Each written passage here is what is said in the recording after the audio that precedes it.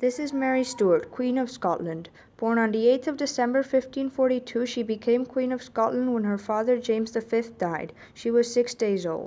She was imprisoned for 19 years because her claim to the English throne was very strong. However, Queen Elizabeth refused to have her killed because Mary, Queen of Scotland, was her cousin.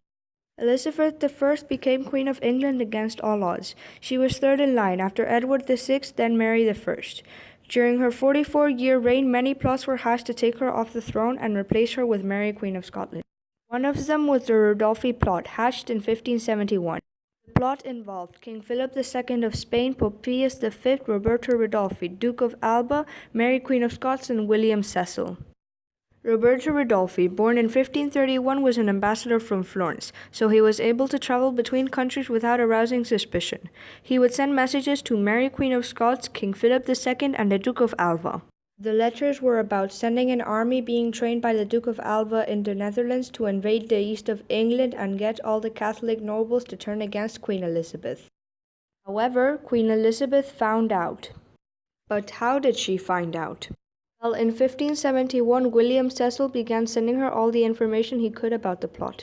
William Cecil had been hired as someone to support Elizabeth in court, as well as a trusted ally and a spy master. However, as well as William Cecil, Elizabeth also received a private letter from the Grand Duke of Tuscany, warning her life was in danger. William Cecil also managed to catch and imprison Charles Bailey, who was one of Ridolfi's messengers, and under torture obtained a cipher that proved Cecil's theory. And so letters were sent and the government imprisoned the conspirators. However, William Cecil felt that there would be more plots to come, so he hired Sir Francis Walsingham. Cecil was right. In 1583, more than a decade later, the Throckmorton plot would be hatched. The Throckmorton plot had the same method of invading England and getting everyone to turn against Queen Elizabeth, and it too would be thwarted, however not by William Cecil. The plot involved Francis Throckmorton, the Spanish ambassador, the French ambassador, and Mary, Queen of Scots. Throckmorton was a young English Catholic who acted as a messenger between Mary, Queen of Scots, and the Catholic noble plotters, as well as the Spanish ambassador and the French ambassador. The aim of the plot, much like the Vivaldi plot, was to overthrow Elizabeth and restore Mary, Queen of Scots, to the throne. It was to be achieved through the invasion of a French army with financial support from Spain and the Pope. How was the plot foiled? The plot was essentially foiled through intelligence and surveillance. Throckmorton's activities aroused the suspicion of Sir Francis Walsingham.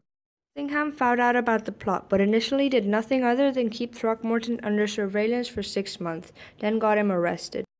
Following his arrest, a search of Throckmorton's house found papers that implicated that Throckmorton and other Catholic people were plotting against Elizabeth. Under torture, Throckmorton confessed to his role in the plot to overthrow Elizabeth and replace her with Mary. He claimed that the plot was not well advanced because Philip had not yet provided finance for the invasion.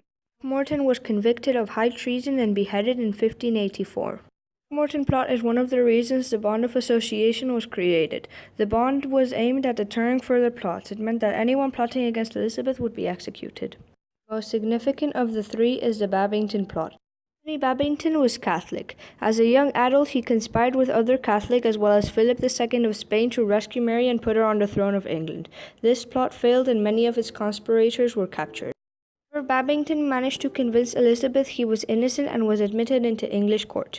In 1586, he met John Ballard. Ballard put him in charge of removing Elizabeth. Babington began writing letters to Mary in code, explaining the plans. Catholics all over Europe were in on this. Babington was sending were being intercepted by Elizabeth's spies. Sir Walsingham was convinced that the throne and Elizabeth's life were in danger while Mary was still alive, and it would be necessary to have Mary killed. He needed proof. Walsingham hired Gilbert Giffard, an exiled English Catholic, as a double agent. He had to pass on letters, but while in his possession give them to Walsingham to be deciphered and copied. In 1586, Babington wrote a letter to Mary outlining the details of the plot and asking for her permission to kill Elizabeth. Mary responded negative. It didn't matter, however, because Giffard intercepted the letter. It was deciphered, but a new postscript was added. In the copy it said Mary had given her permission to kill Elizabeth. Walsingham had his proof. Babington was killed in 1586 and Mary was tried and executed in 1587. Thanks for watching.